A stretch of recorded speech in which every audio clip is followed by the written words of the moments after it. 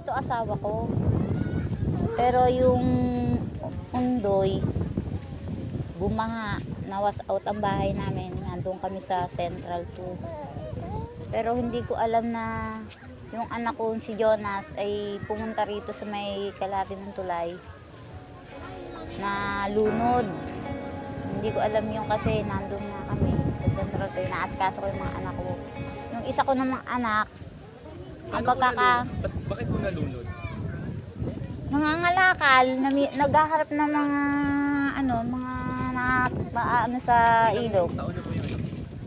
Siguro mga 15 pa lang siya. Anak kong pang-5, yung kami nagiba na yung bahay namin, naanod naman yung isa kong anak papunta naman doon sa court, papasok yung tubig kasi binuksan na yung dam. Biglaan ang tubig. 8 anak ko eh. Hindi ko man kung sino bibit-biting ko. Wala kaming nadala kahit isang damit kasi wala kaming banig. Umot na ano. Hindi ko ho nakita pero yung asawa ko ang nakakita na nahulog ho yung barangay hall dito. May barangay hall to. Nahulog. Ayan pa siya oh. Ayan pa yung mga bakat ng barangay hall. Ang nabalita ko yung anak ko nalunod. Naagos doon yung isa. Yung anak ko si Jonas. Etong tulay na to, pantao, pangalawa na to. Yung baha ho, namamangka ang tao. Pagtawid-tawid dito, bangka, hindi tulay. Siyempre, yung nagbabangka, magbabayad ka kahit piso para sa nagtatawid sa tao. Ngayon lang po siya inanong gagawin na ho ang tulay. Pangalawa na po yan. Yung una hong tulay, kahoy na anod na ho. Pangalawa na ho siya.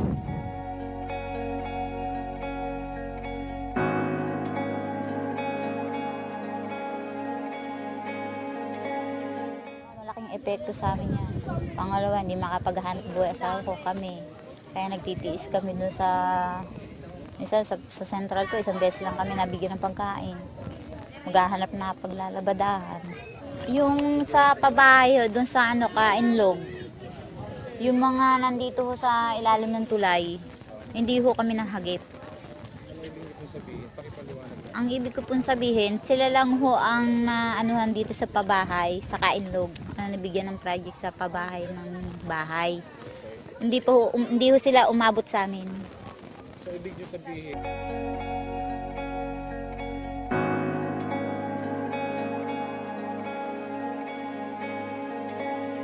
Pagka nayari ho itong tulay at naayos ho to, kasi gagawin ho itong ganito ho, recrap.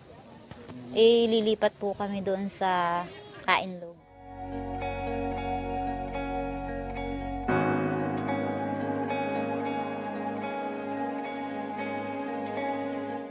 Hindi ho maaalis yung takot. Sabi po ng kapitan namin, pagka naanuhan, isasama na po kami doon sa pabahay.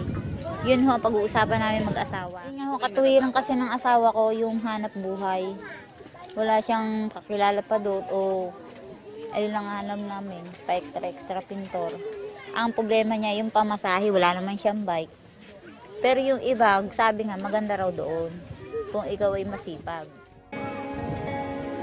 Ang problema, yung pamasahe niya, yung balikan lagi, balikan. Magkano lang kita niya sa isang araw? 350. Ngayon, wala siyang trabaho dahil isang buwan na August. Wala nagpapapintura.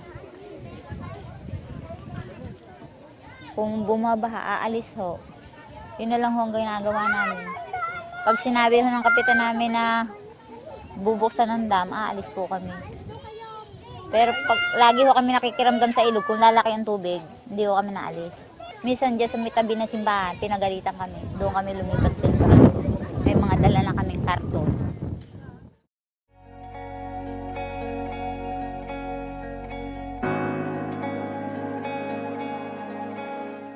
Ang alam ko, mga isang taon daw yung gawin. Hindi daw yung minadali para mas maganda ang paggagawa ng tulay. Hanggang doon na sa karsada. Tapos eto na. Ano po na tumatawid dito? Tumatawid sila yan.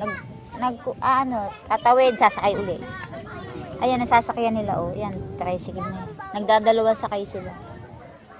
Sa amin, hindi masyadong apekto. Yung taga rito mismo. malaking bagay sa kanila yung pangalawang karisa, ay, tatawiran. Sasakay doon, sasakay dito.